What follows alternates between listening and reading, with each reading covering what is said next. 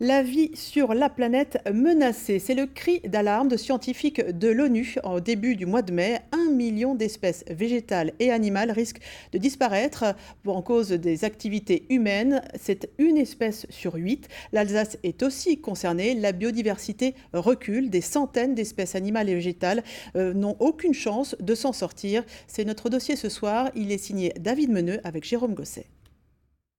12 avril 2018, 6h25, l'une des rares preuves de vie du grand tétras dans les Vosges. Des pièges photos montrent que l'animal est encore vivant, mais en constant déclin.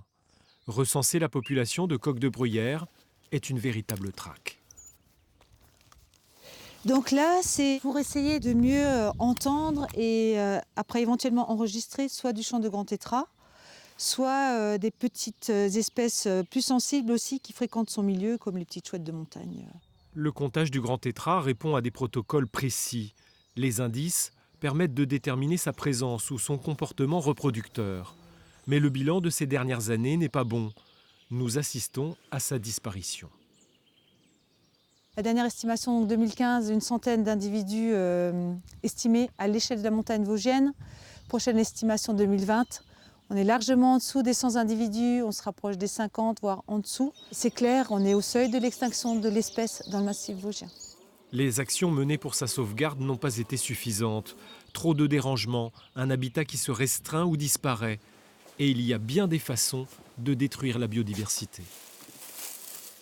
Donc ça c'est un Milan royal, on voit qu'il y a les cerfs qui sont vraiment très crispés comme ça, et ça c'est souvent des signes de convulsion, et donc ça peut être lié en fait à des empoisonnements, quoi.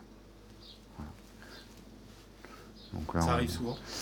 On pensait que ça n'arrivait plus souvent, et puis ces 2 dernières années, il y a quand même eu plusieurs cas d'empoisonnement, quoi, en Alsace, et puis on détient malheureusement le record au niveau français, quoi.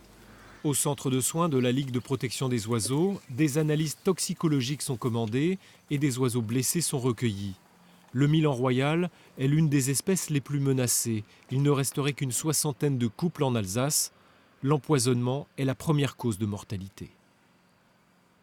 Ceux qui empoisonnent les Milans royaux, soit ils empoisonnent volontairement les rapaces, donc c'est souvent parce qu'ils ont soit des poules, des choses comme ça, ils pensent que ça va les éliminer, le fait qu'ils empoisonnent.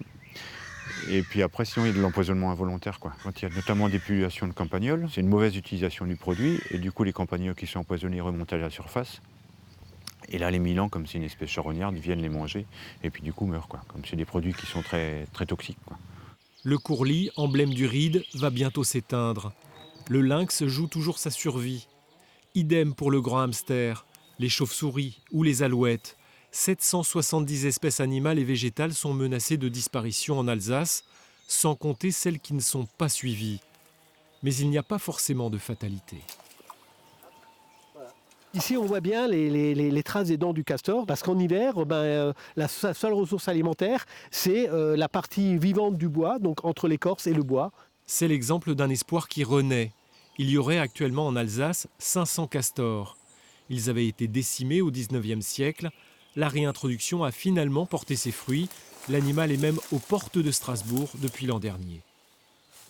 Il faut savoir que, par exemple, la forêt rhénane, 80% a disparu. Donc il reste des lambeaux de milieu naturel. Et c'est dans ces lambeaux-là que la biodiversité se maintient et, pour des espèces comme le castor, reviennent parce qu'elle avait totalement disparu. Pour sauver la biodiversité, les solutions proposées par certaines associations ne semblent pas révolutionnaires. Maintenir des arbres morts en forêt, protéger les dernières zones humides, remettre des haies dans les champs ou se désengager pour de bon de l'agrochimie. Proposition simple, pourtant déjà énoncée il y a 10 ans et toujours difficile à concrétiser.